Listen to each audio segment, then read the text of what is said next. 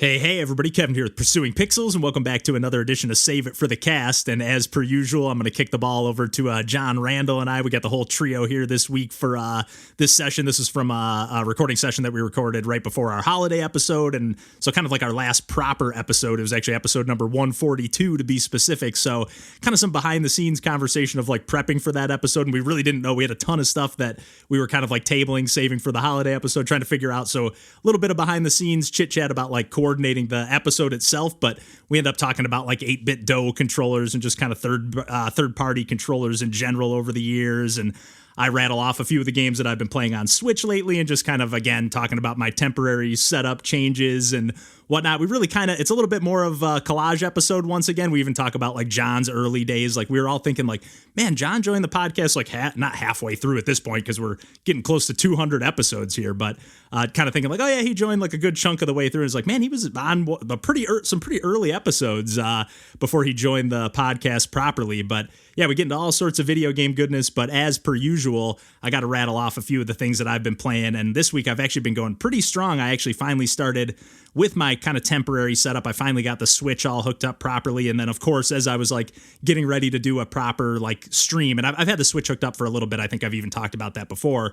But I got it kind of properly hooked up and connected with the capture card and whatever, got everything set up through OBS. And then I went like, okay, I'm going to stream some Lone Ruin, which is a brand new game published by Super Rare Originals. That's their second game or third game, I think, that they've published on the Switch.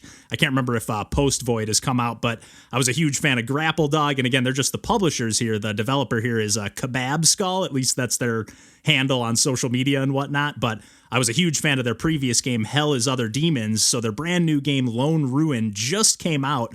But Super Rare is really on top of the ball. Like they sent this a copy of this our way like almost a month before the game released, and I'm assuming they did that for pretty much everyone, in the press, quote unquote, or whatever, to kind of like send it out. I know they kind of told us like, hey, we want to give everyone a month to really sink their teeth into this game for review purposes or whatever. And in my case, I just kind of fired it up for maybe, I don't know, probably a dozen runs or so before I did the stream. And then, yeah, I was getting ready to do a stream the other day. They actually had like the embargo date or whatever the day before it came out. So I was like, perfect, I'll jump on and have this kind of be my easing back into streaming with my proper setup with the Switch, because I've done most of streaming since I've been back in Michigan has been right from my PC.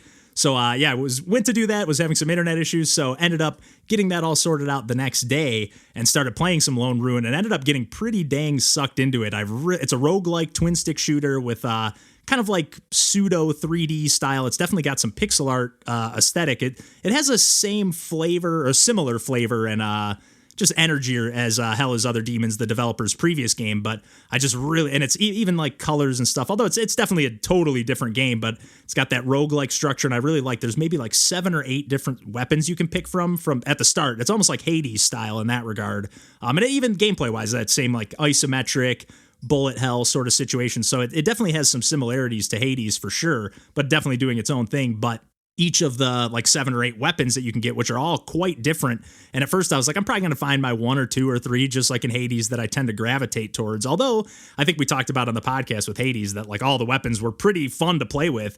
And I think they even maybe had a similar system in Hades. It's been a while since I played, but basically 3 or 4 of the starting weapons will have like a starting perk to pick from that'll just be kind of randomly chosen at the start of each run. So you're like, okay, I don't necessarily love the boomerang, or it's not my favorite weapon, but it's got this extra buff attached to it right from the start, so I'm starting off a little more powerful. Maybe that's better than my chain lightning, or rail lightning, whatever it's called. I think it's chain lightning, which is a little bit more of like, it's not necessarily heat seeking, but you can a little bit more just kind of aim in the general direction of enemies, and then yeah, it just kind of hits one and then chains into all the other ones nearby. So that's kind of my go-to, and it's not the weakest of, I mean, at least to me, I feel decently powerful. A lot of times when you use like homing attack type stuff or heat seeking missiles or whatever, it's like they do less damage, and I'm sure this does less damage, but it's still, I don't feel like I'm like really struggling to take down enemies. And yeah, I just really like how you can pick up more spells or even weapons along the way and upgrade those. And again, it's just got a really great aesthetic, really, really great soundtrack. I think I mentioned that about 20 times during the stream. Like it's got this like great, like it's almost like EDM, like very energetic, but also very mellow and chill at the same time. And again, like just the neon pinks and purples and blues, like just such a cool Such a cool game. I'm a huge fan. And actually, I think I've talked about Pink River, another game from the same developer that I think they made for either Game Maker's Toolkit, Game Jam, or maybe Ludum Dare. One of the bigger game jams for sure, but a game that I'm like still like, I hope they maybe revisit that. I know they were doing some post-jam stuff on that game for a while, and another game called Gun Howl that they just kind of like worked on in like a alpha demo state, just kind of like a playable demo or prototype or whatever, but it looks awesome. So just a huge fan of this developer, and now Super Rare Originals. They were already doing cool stuff before they started getting into like their own publishing outside of like the physical realm. So was really pumped to check that one out finally and dig a little deeper into it. And then I ended up, I'm not going to really talk about this because we ended up talking about how we're going to table it for later in the, save it for the cast episode proper. But I did jump over and play a couple runs of Demon Throttle, which I've been kind of waiting for Randall to chip into, because I just feel like that's a game that's so up both of our alleys that I just feel like it's ripe for the conversation. But yeah, so I've done some other streaming. Actually, we had a Patreon poll recently for our monthly supporters where I think I might have mentioned this before, but Super Mario 3D World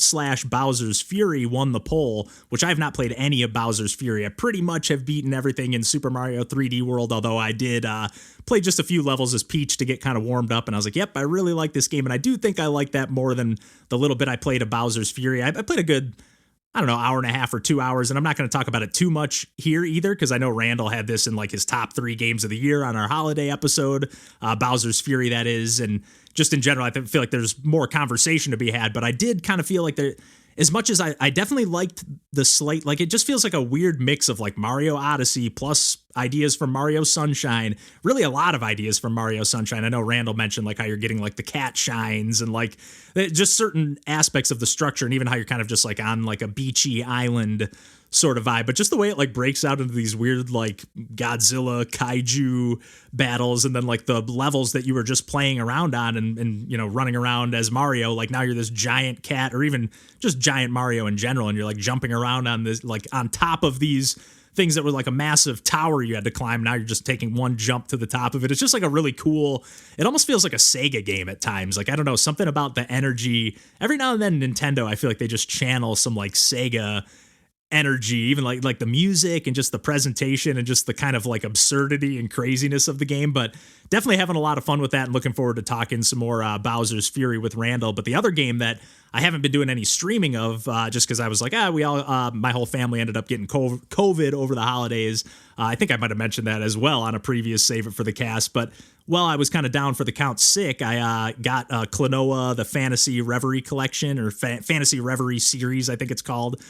For Christmas, I got the PAL European version. I was like, they didn't make a physical version here in North America, so I'm going to have to bend the rules a little bit and get this import along with my Okami Japanese copy, which, I don't know, it just felt like I got to have this one physically. And I played the original Klonoa on the Wii, like the remake version they made for the Wii, and I don't know what is different about this version, but it definitely feels like they just like captured the charm a little bit better. And I'm going to feel like a total idiot if it's really just kind of like a repackaged version of that port.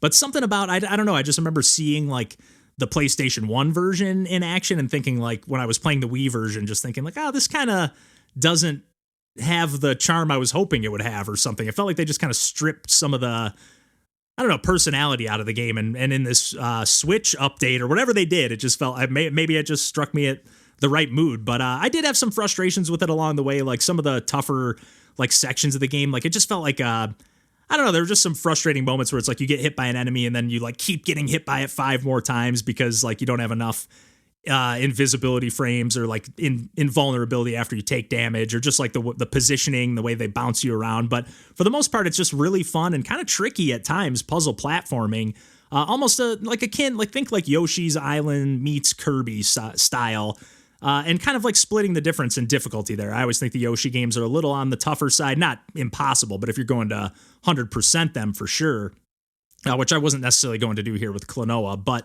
I did go for most of the collectibles, and I do think I might, there's only like 12, 13, maybe 14 levels, so I might go back and comb through for some of the at least like major collectibles. But really, I kind of wanted to like polish that off because I've been itching to replay Klonoa 2, Lunate's or Lunate's Veil, whatever it's called, or however you pronounce it, ever since I played. It's one of the few games I still own on my PS2.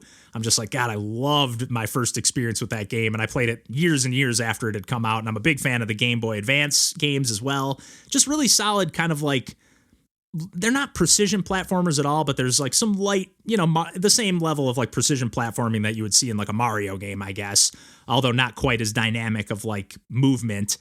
You kind of have like a little, almost like a Yoshi style flutter jump if you hold down the jump button while you're in midair. And then you have this like little like wind bullet that you fire out, and you fire that into other enemies, and then it kind of inflates them with air. And then you can either use that enemy as you hold it above your head to like throw it at other enemies into the foreground or background, because the game is like in like a pseudo 3D. It's like a side scroller, but there's definitely like paths that like the camera really, that's probably one of the coolest aspects of the game, is almost like it's got this Crash Bandicoot style really dynamic camera. But yeah, I had a really good time playing through that game. I did, like, towards the end, I was like, I just want to get this over with so I can play Klonoa 2. And I do think that would be a fun one to stream as well. So I'm like, I should set aside some time. I had Klonoa in the poll in there with Mario, and Mario ended up winning, and I was glad I dug into that. But yeah, at the risk of just rambling on and on and on, I was going to rattle off some Harley Wilson games, but I know I've gushed about some of their games on the podcast in the past, but I've been playing a ton of their stuff and just can't recommend. I'll try to drop a link if I remember, but definitely check out the stuff from Harley Wilson. I've been playing King of Machines, Rockheads, and Bot Break in particular. Just really awesome free-to-play arcade games from a solo indie developer. Or at least pay what you want, games on Itch.io and whatever. But really awesome stuff. But yeah, at the risk of just rambling on and on, I've already done enough of that here so far. I'm going to kick it over to John, Randall, and I. And until next week, we'll catch you then, and take care.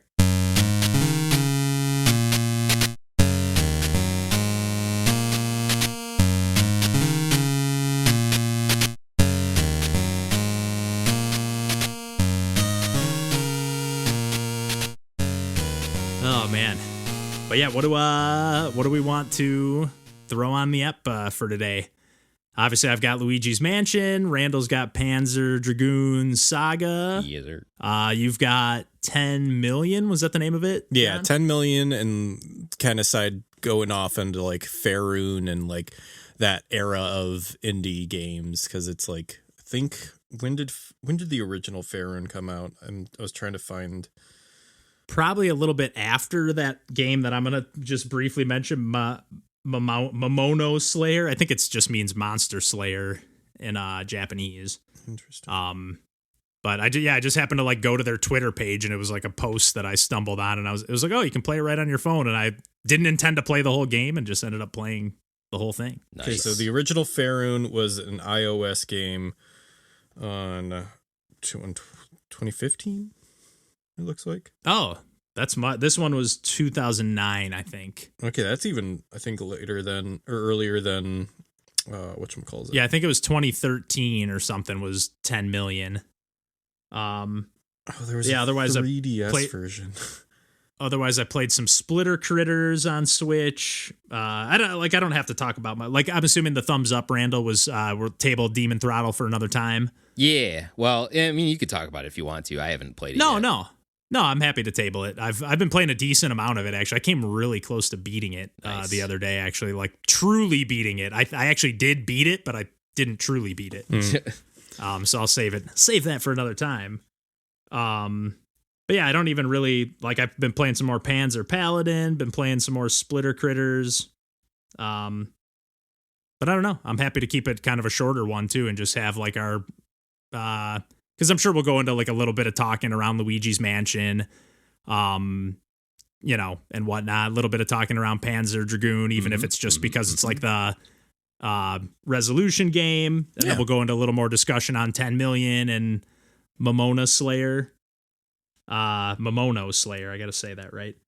I played a few other games too. Yeah, I was playing a bunch of stuff today. Putrid Shot Ultra. Oh, John, remember when we talked about cards with personalities on Pico 8? Yeah, I saw that he's been working on it. The full version just came out, and he sent us a copy in our Steam. So if you want to fire it up, I was like, oh man, he's like, hey, I just ordered you a copy on Steam. I was like, oh, you're just so cute, man. That's adorable. He's like the nicest guy. I'm like, as soon as we've been having weird internet issues here, and then my body up until today was kind of not feeling great and kind of having stomach issues. But as soon as I have like a good feeling day and internet cooperates, I'm going to try to stream that one. Nice. But I'd be down to talk about it more on the podcast too, if either of you ever feel an itch to check it out. Yeah, I'll buy my own copy. Like, I really want to.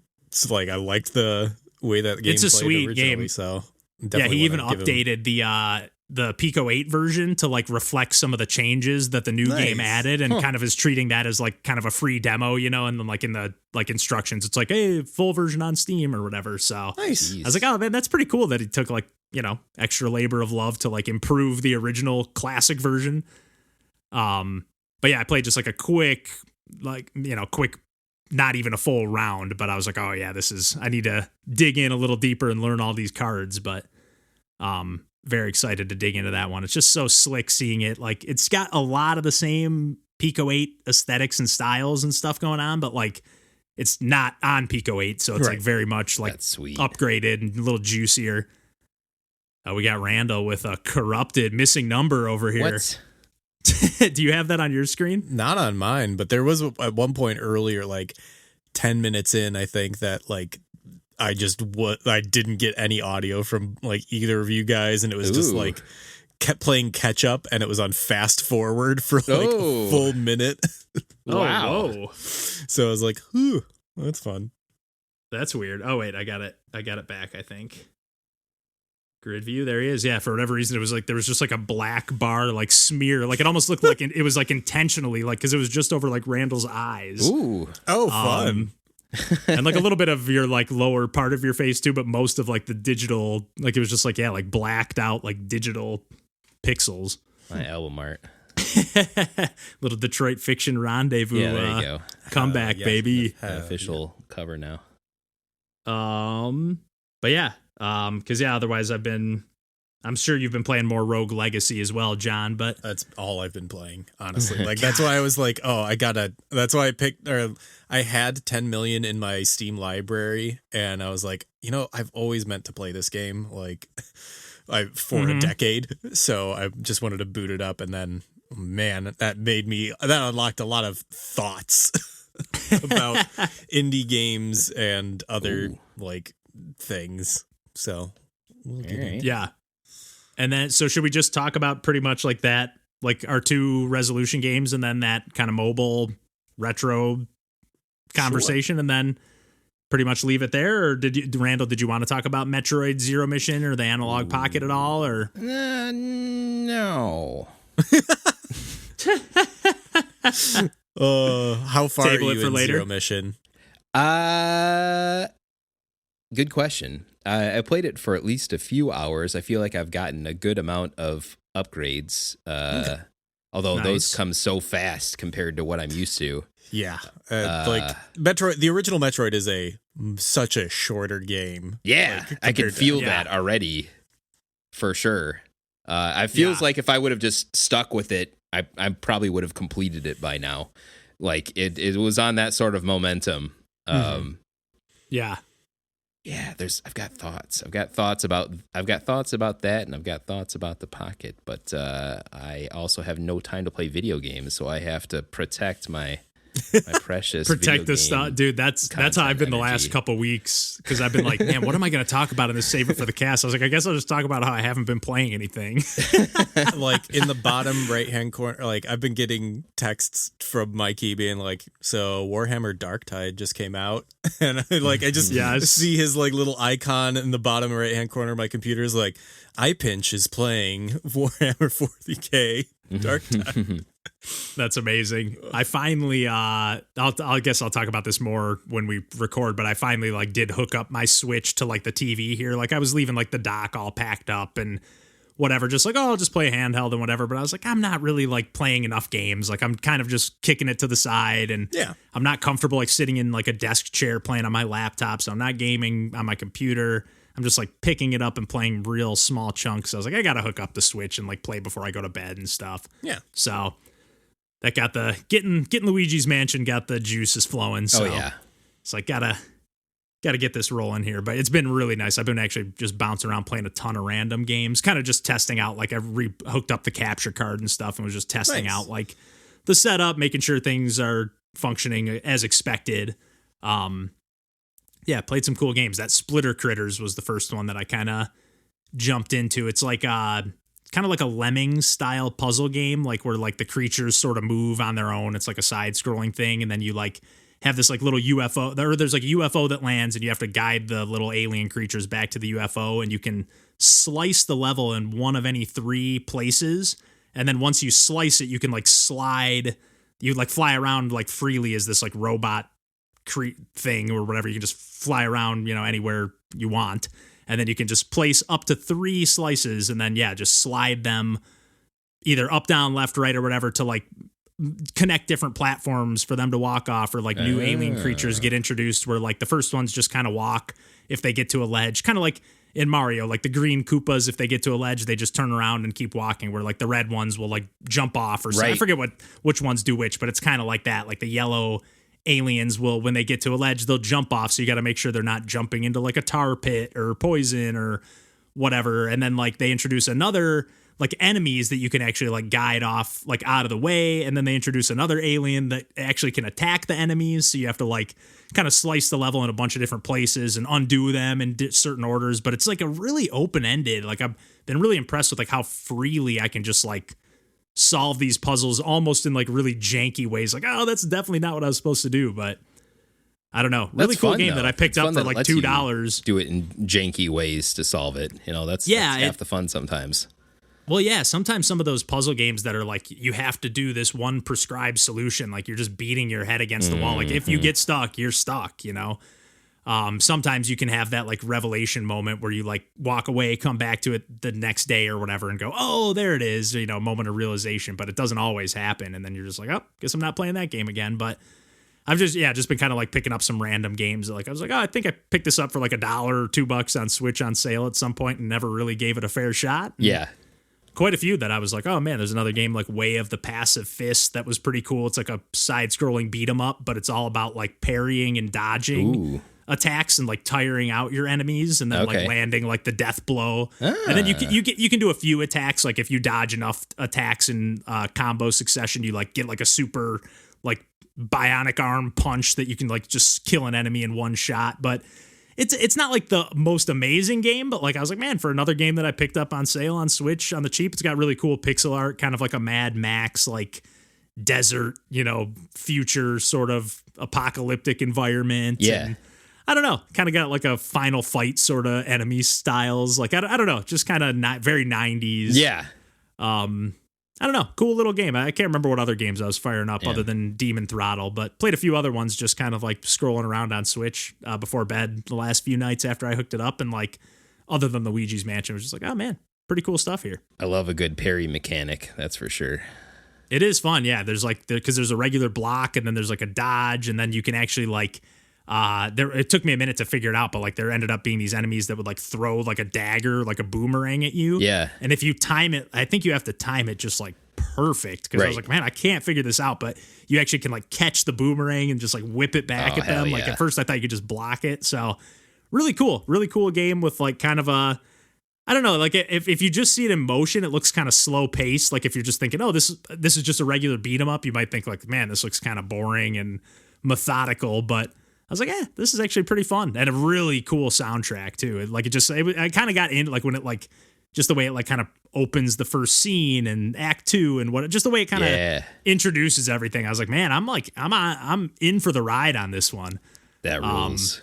Very cool stuff. Yeah, been having a good time bouncing around on my Switch, but yeah, what order do we feel like talking about stuff in tonight? Do we want to? Because I guess everything's somewhat discussional. So, yeah. Nothing really like screams like lead with this or close with this. Unless anybody else is feeling that way. Maybe open with the resolution games. Yeah. That makes sense to me if that works on. Because I feel like those will at least be Randall. slightly more focused. Yeah.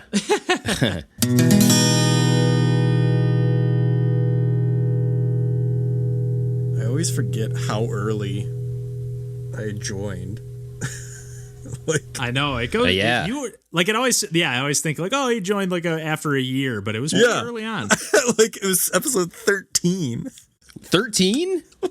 In my head, it was like 30 something. It was in my head, it was 13? like 30 something. That's what I thought too. That's why I was like, I know you, Luigi. I was like, did a you guys couple- must have talked about Luigi's Mansion before I even joined. And then I was like, no, apparently I was. I was there too. I think I also That's- like maybe like joined for like Bloodstained and then like took a week off and then came back and then was basically back every week after that. Yeah, there was definitely, we were like, oh, John, you want to guest on this episode? And then like within a couple weeks, we're like, you just want to be on all the time? Like, John's a fucking natural. Like, Yeah. can we get this guy We- back on? John likes real, to hear I- himself talk. No, dude, No. I definitely felt like when you joined, I was like, oh, John is like breathing some life into Yeah. the show. Not that I felt like it was dead, but I was just like, man, like I really feel like he adds, like fits in with like our banter really well. Big time. Huge upgrade in my Yes. opinion, like improvement upgrade to the show. Like the same way I feel like There when was Glenn joined our there was band. still some growing pains even when I joined. Oh, I think always, dude. I think there's we hit our still growing stride pains. maybe around 50 or so. Yeah, probably I mean, true. There's still growing pains sometimes. Yes. Like I still get anxious every time we record. Like I'm just like, oh man, I don't have anything to talk about, or I'm gonna fumble over my words, or I'm waiting until the last minute to edit. Now I gotta think of shit to play. Like I'm always just whatever. But I've it's been a long time since I've been like, man, I'm really not that happy with that episode. Right. It's been a really long time since that happened. Like there's been some that I'm like, oh, that one was a ton of fun. That was amazing. And then some where, are just like, oh, that's a solid one. Mm-hmm. But it's been a really long time since I've felt like, oh man, what were we thinking on this episode? Like it hasn't happened in years. It has not. So, which is a good feeling because which makes me like, what do I get all anxious for? Like we're decent at this now. We know what we're doing to a degree.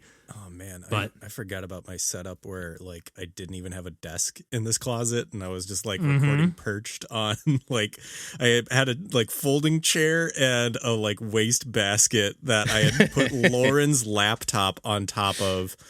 Oh my god, That's amazing. What a That's nightmare setup. That's dedication, baby. Dedication. It was dedication. Should we knock out some claps here? Yes, sir. Probably. Yeah.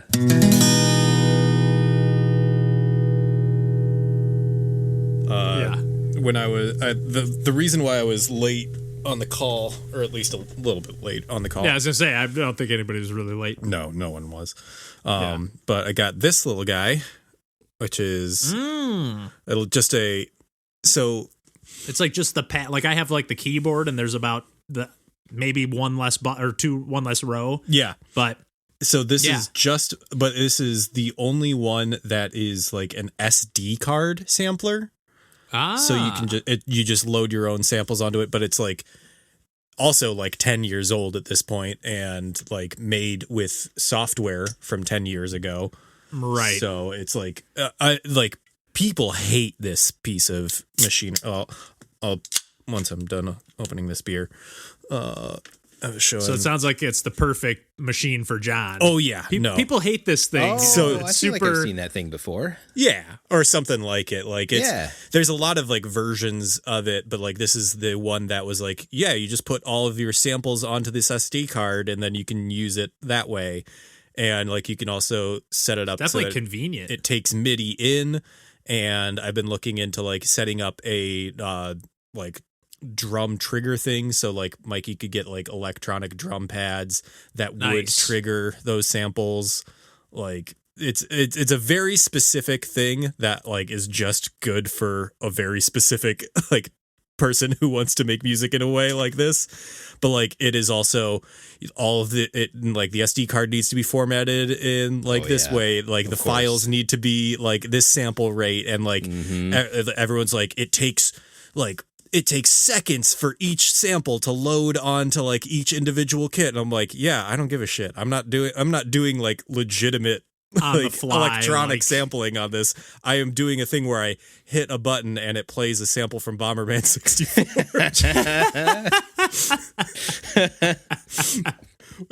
Yeah, that's perfect. So I was trying to like format that like quickly before we started recording, and then as I was playing it, like there was an ambient like sample that I had, but it had also somehow copied another sample that would just play at the like end of it before it looped, and I'm like, okay, maybe this thing is kind of a little piece of crap, but whatever. You're not going to get an If it officially works. licensed Bomberman 64 sample machine, so No, so I Yeah. have to make it salutes. myself. We have to jump through. An officially licensed multi-tap for the PlayStation or whatever console that was for, Super Nintendo, maybe. Saturn and Super Nintendo, I think both had Bomberman faced multi-taps. Whatever one I've seen, it looked so cool. Like I was like, God, that's the most charming thing. I Like, know. I don't think I've ever used a multi-tap in my life. I have. own one on the PS2, but I don't think I ever used it. I think I used an NES multi-tap at a friend's house growing up, but Yeah. never anything beyond that. I had one of them wireless 4-score ones for my NES, and it never worked, that son of a bitch.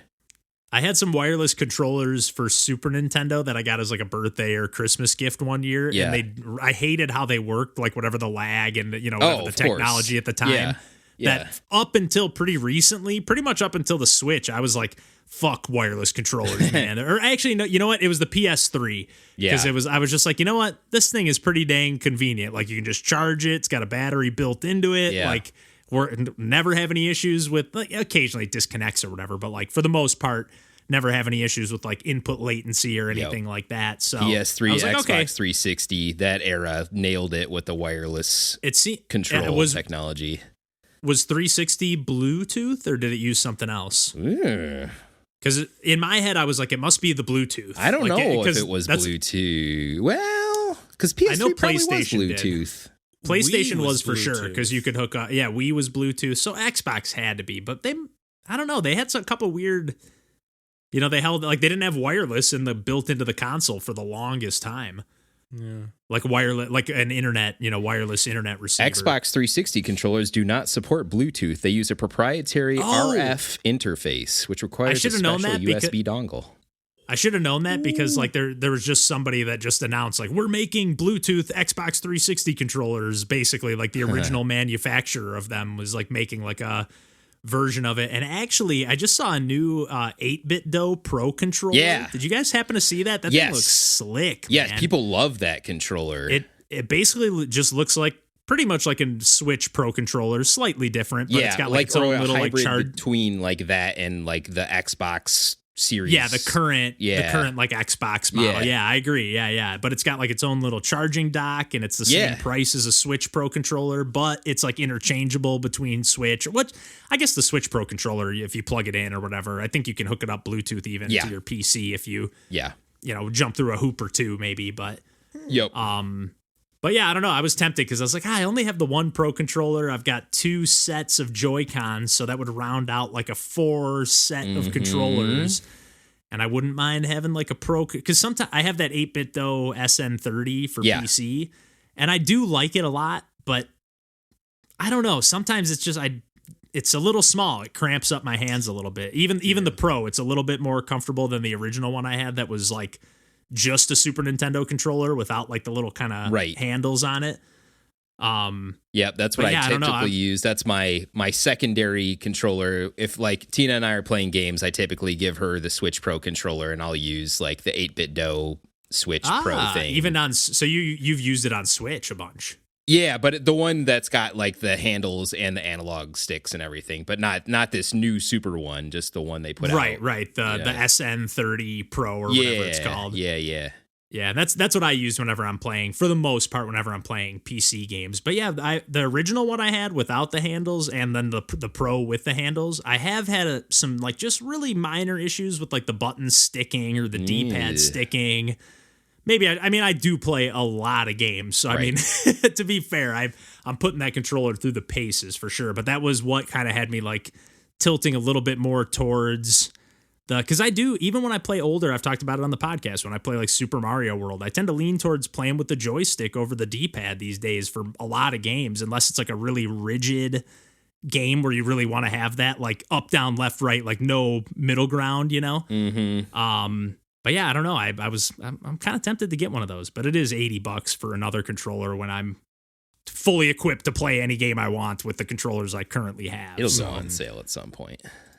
Yeah, that's true. Keep an eye on those Amazon deals, baby. But they have that white one too. Although white controllers are a bad idea, I feel usually. Yeah, they're kind of gross. They just get kind of nasty. Yeah. Yep. I got the one that looks like the original Game Boy, but yeah, it's kind of got that, me too. Me too. Yeah. I had egg color. Yeah. The one that didn't have the handles on it, like just the non-pro. I had the kind of Super Nintendo looking one, the American Super Nintendo, I should say, or North American. But yeah, then when I got the Pro, I was like, I'm getting that Game Boy one. I like just but I think they have like a PlayStation looking one as well, where I don't think it's like triangle X and like the shapes, but it has like the same colors on the buttons. It looks a lot like a PS1 controller. Yeah. But big fan. 8BitDo does some nice stuff. They do. Even with those complaints I've had about they're a little bit of button sticking. They're pretty legit, I would say, at this point. It's probably the best third-party controller I've ever used. Yeah. In my time. Like usually it was like, going over to a friend's house with the 64, like, oh, who's using the Mad Cats? You're fucked. Yes. Although they even turned it around with their like arcade sticks and all the Rock Band equipment, all that stuff was really high quality. They did turn it around because I remember when I used a couple things later on where I was like, this is Mad Cats? This is pretty nice. Yeah. But man, some of those third-party controllers, even when we worked at Best Buy, I was like, what the hell? That Logitech wireless PS2 controller was super legit too, though. Logitech's another good third-party company. I'm hoping to get that. The only thing I put on my Christmas list was that wireless Logitech vertical mouse. Oh, I love that. Said thing. you had. As soon as you said you had it and that you loved it, I was like, because I was kind of looking at some of the smaller ones, but everyone was like, if you have even a slightly bigger hand, like strongly recommend getting this one. I was like, I do have a slightly bigger hand, so it's probably worth spending the $30 extra if it's gonna like truly help my arm and body be less cramped up and tense. Ain't cheap. The Logitech ergonomic like keyboard is also awesome. They kind of sell them as a package sometime, but you're talking about over $200 as a combo though. It's $100 for the mouse. So I mean, I was like, that's the only thing I really feel comfortable asking for.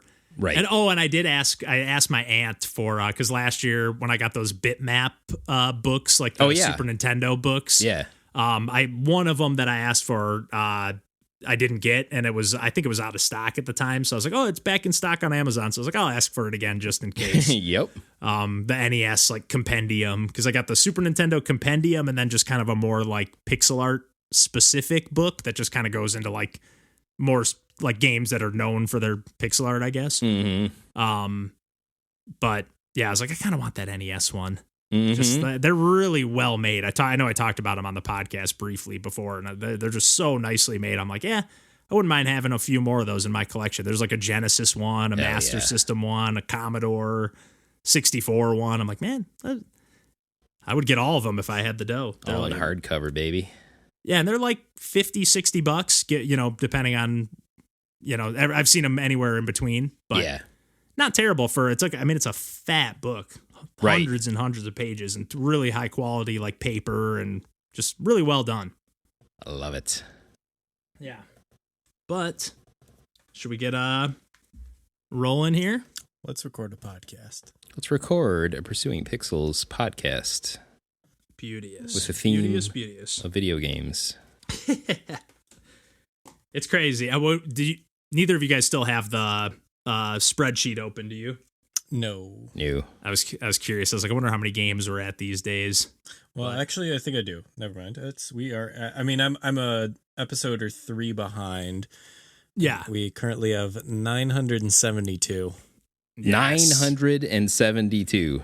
So by the end of the year, and like those, if you're a couple eps behind, we'll probably hit right around 1,000. Just about. That's crazy, man. Crazy. So many. That's so many. Yes. It's pretty ridiculous.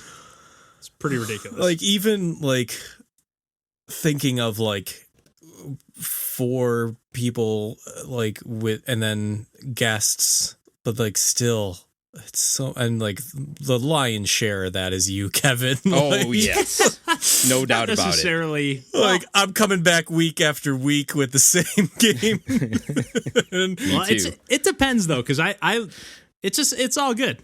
I like the more discussion stuff. I really like that we've kind of veered more in that direction where we have like, I have these few like kind of more focused, like just a few handful of things as opposed to like, oh, let me just smatter 5 indie games and like talk a mile a minute. I do that anyways, but at least it's like a little more focused. We're getting all of it. That's why we're a melange.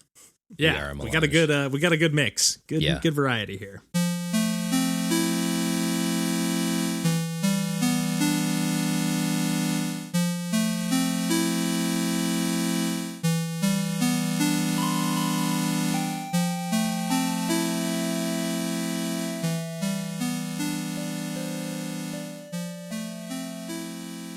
Would you be willing to go Luigi? I can lead with some Luigi. Luigi. Mario. I forget. Have either of you guys played any of 3? Yes. Okay. Nice. I think we've talked about it on the. I'm pretty sure we did too. I was just not 100% sure, but I'm pretty sure you talked about it, John. If I'm not mistaken. You got those voices down, man. We talked about it on 2 separate episodes, 27 and 54. Fiona makes me do a lot of voices for her on a daily basis now, so I get a lot of practice in. That's awesome.